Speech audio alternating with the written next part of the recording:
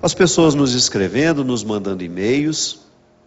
Eu não tenho mais aquela ansiedade que eu tinha, né, há 9 anos atrás, quando nós começávamos o programa.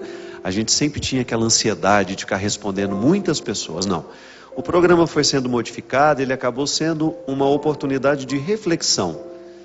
E às vezes a gente pega 1, 2 perguntas, ou pega um tema que seja interessante e nós nos utilizamos daquela situação para poder fazer uma reflexão.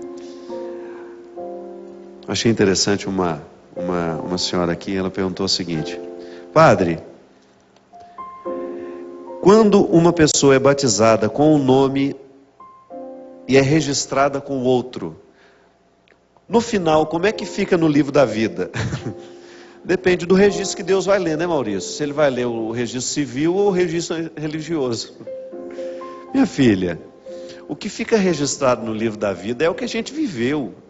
O nosso nome tem importância para nós, né? Deus nos chama pelo nome, mas é muito mais do que o meu nome Fábio. Quando nós dizemos que o nosso nome está escrito no livro da vida, não é este nome só que você me conhece, através do nome com o qual eu me identifico, mas é a minha vida, é o contexto da identidade, é muito mais do que um nome, é a identidade que nos registra no livro da vida. É a vida que a gente viveu, é a vida que a gente escolheu, tudo aquilo que fez parte de nós, isso sim está sendo registrado aos poucos. Aliás, é muito interessante essa perspectiva, né? Identificar que Deus está nos lendo através do livro da vida. É uma metáfora muito bonita para nos ajudar a perceber como é que Deus nos olha, como é que Deus nos registra. A cada dia da nossa vida, tudo aquilo que nós estamos vivendo está sendo registrado neste livro, onde Deus tem a oportunidade de nos conhecer diariamente. Mas é apenas um simbolismo, não fique preocupada com isso não. A minha irmã também foi batizada com um nome e registrada com outro. No batismo ela tem um nome e no registro civil tem outro. Não tem nenhum problema não. O que Deus conhece e que está registrado é a identidade dela, e isso Ele conhece profundamente. Não tem equívoco aqui, viu?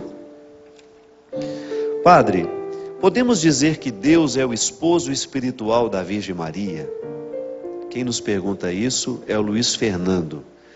Olha, essa expressão, esposo espiritual, ela já foi usada muitas vezes para compreender o mistério que se passa com Nossa Senhora no momento da concepção do seu menino, né? O Espírito a cobriu com sua sombra e ela se tornou a morada do Altíssimo. Toda expressão que nos ajudar a compreender o mistério é bem-vinda, desde que ela não banalize o mistério. Então, o esposo espiritual, essa expressão faz parte da vida mística, quando todos nós temos o direito de dizer que nós vivemos essa esponsalidade divina, a vida esponsal, esse amor que nos tornam esposos e esposos, né? Esposos e esposas, que faz com que a gente viva com Deus uma relação de matrimônio.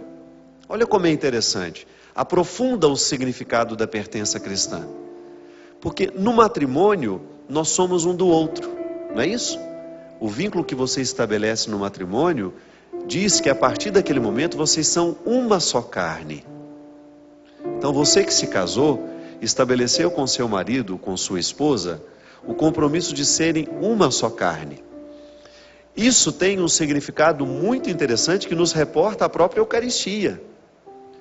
Você participar da Eucaristia é aceitar este compromisso esponsal, de viver com Deus essa oportunidade de serem um, de estarem unidos na mesma carne. Você já deve ter me escutado falar sobre isso. Quando eu comungo, eu sou também comungado por Deus, não é assim? É circular o movimento. Ele é que me concede a graça de tê-lo em mim. Mas a gente não pode se esquecer que ao comungar, eu estou retribuindo esse amor, dando a Ele a oportunidade de ser em mim. Então, eu sou nele, ele é em mim. Até fiz uma música uma vez, há muitos anos atrás, que chama Como És Lindo, não é isso? Conhece essa música? Não lembro muito bem a letra dela, eu só sei que na letra eu falo isso. É o mistério de ser nele e ele ser em mim. Então, a íntima comunhão que a Eucaristia me proporciona viver com Deus, coloca na minha carne a responsabilidade de ser divina. A minha carne torna-se divina, porque ela habita o divino. Essa é uma relação esponsal. Então, nós podemos usar essas expressões para poder identificar a profunda comunhão que existiu entre Maria, que existe, né? Porque isso não termina, ela faz parte do mistério da encarnação. O mistério da encarnação, ele continua entre nós. É um mistério que não pode ter fim, ele não pode ser abarcado, ele não pode ser finalizado. Muito embora o Verbo, ao se tornar carne e morrer na cruz, ali nós temos a finalização desta presença no mundo de maneira humana, como Jesus foi. Agora o ressuscitado permanece na história. Então veja bem, o mistério da encarnação se desdobra agora no mistério da ressurreição. É uma continuidade. Isso nunca vai ter fim. Por quê? Porque esse mistério me envolve no momento em que eu recebo Cristo em mim, seja através da sua palavra, ou seja através da Eucaristia. Então seremos sempre esposos e esposas deste Cristo, Deus presente entre nós, nos movendo para que cada vez mais a gente tenha condições de tornar a nossa vida um lugar de revelação. É sempre um desafio, fazer com que a nossa história seja a continuidade da história da salvação. Deus ter oportunidade de continuar agindo em nós e através de nós.